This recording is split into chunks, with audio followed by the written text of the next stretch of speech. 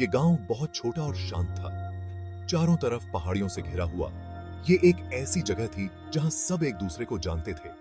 लोग अच्छे थे, लेकिन उनका एक राज था, एक ऐसा राज जो उन्हें डराता था। गांव के आखिर में एक पुराना हवेली था।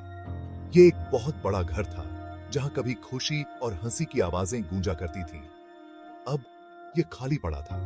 इसकी खिड़कियां अंधेरी थीं, मानो किसी अंधी आंखों की तरह।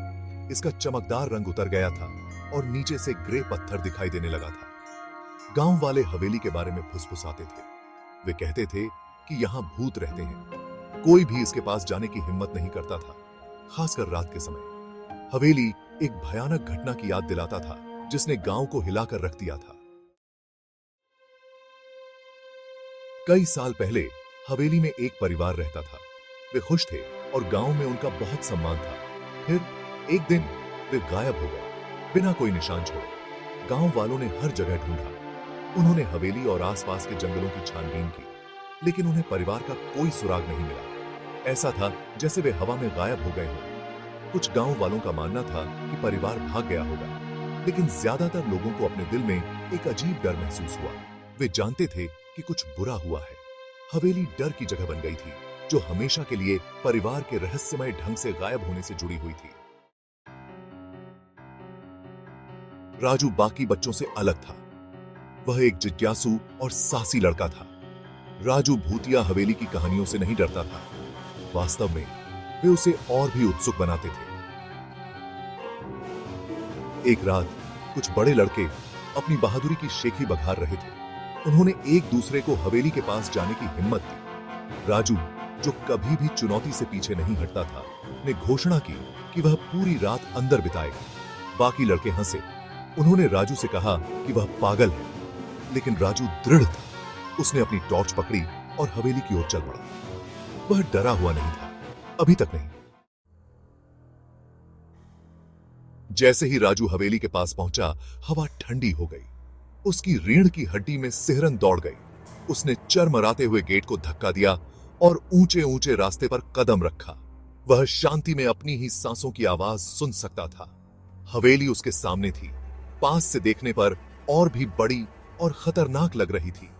राजू ने एक गहरी सांस ली और भारी सामने वाले दरवाजे को धक्का दिया।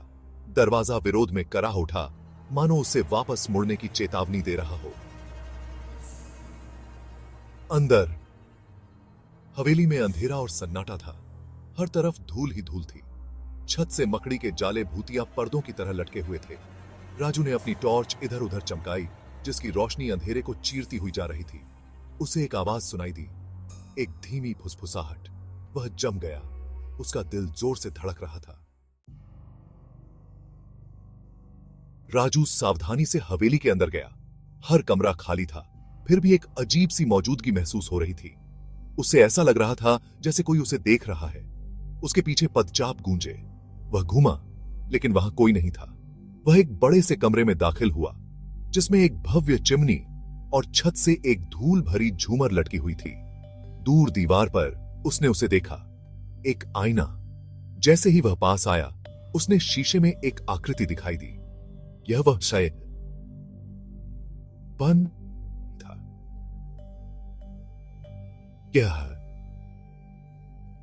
ये एक लंबी छायादार आकृति थी। इसका कोई चेहरा नहीं था, बस अंधेरा था जहां इसकी आंखें होनी चाहिए थीं। राजू डर के मारे पीछे हट गया और उसकी टॉर्च गिर गई। आकृति गायब हो गई।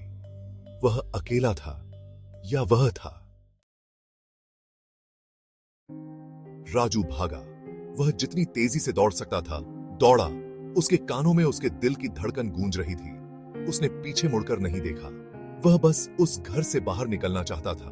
वह सामने के दरवाजे से बाहर निकला और तब तक दौड़ता रहा जब तक कि वह अपने घर की सुरक्षा तक नहीं पहुंच गया। अगली सुबह गांव वालों को राजू की टॉर्च मिली। यह ऊंचे ऊंचे रास्ते पर पड़ी थी। इसकी रोशनी अभी भी कमजोर रूप से चमक रही थी। उन्हें उसके जूते भी मिले,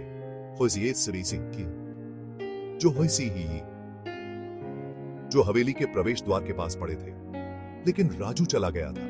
गांव वालों ने उसकी तलाश की, लेकिन वे उसे कभी नहीं ढूंढ पाए। कुछ लोग कहते हैं कि वह भाग गया, वापस आने से बहुत डरता था। दूसरों का कहना है कि वह अभी भी हवेली में है, उस चीज के साथ फंस गया जिसने इतने साल पहले परिवार को ले लिया था। और शांत रातों में जब गांव से हवा चलती है तो कुछ लोग कहते हैं कि आप अभी भी पहाड़ी पर छोड़ी गई हवेली से राजू की चीखें गूंजती हुई सुन सकते हैं।